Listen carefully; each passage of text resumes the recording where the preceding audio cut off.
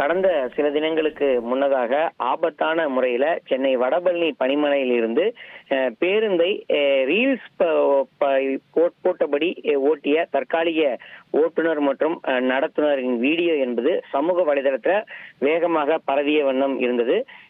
இதற்கு பயணிகள் மத்தியில ஒரு கடும் குற்றச்சாட்டு முன்வைக்கப்பட்ட நிலையில் சம்பந்தப்பட்ட ஓட்டுநர் மற்றும் நடத்துனர் மீது நடவடிக்கை எடுக்க வேண்டும் என தகவல்கள் என்பது வெளியிடப்பட்டிருந்தது.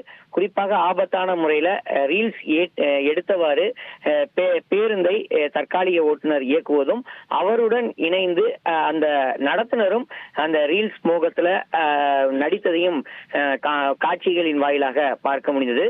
இந்த நிலையில்தான் சென்னையில இந்த ஆபத்தான முறையில அரசு கூடிய மாநகர பேருந்தை இயக்கிய ரீல்ஸ் பதிவிட்ட ஓட்டுநர் மற்றும் நடத்துனர் பணியில் இருந்து விடுவித்திருப்பதாக மாநகர போக்குவரத்து கழகத்தின் சார்பில் தகவல் என்பது வெளியிடப்பட்டிருக்கிறது.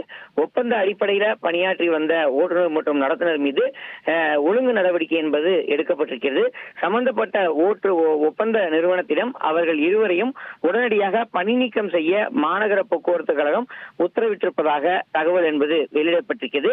பேருந்துகளை இயக்கும் போது ஓட்டுநர்கள் செல்போனை பயன்படுத்தக்கூடாது என மாநகர போக்குவரத்து கழகத்தின் சார்பில் விதிகளாக வகுத்திருக்கக்கூடிய சூழல்ல இது போன்று நடக்கக்கூடிய ஓட்டுநர் மீது கட்டாயம் ஒழுங்கு நடவடிக்கை எடுக்கப்படும் என மாநகர போக்குவரத்து கழகம் எச்சரிக்கையும் விடுத்திருக்கிறது.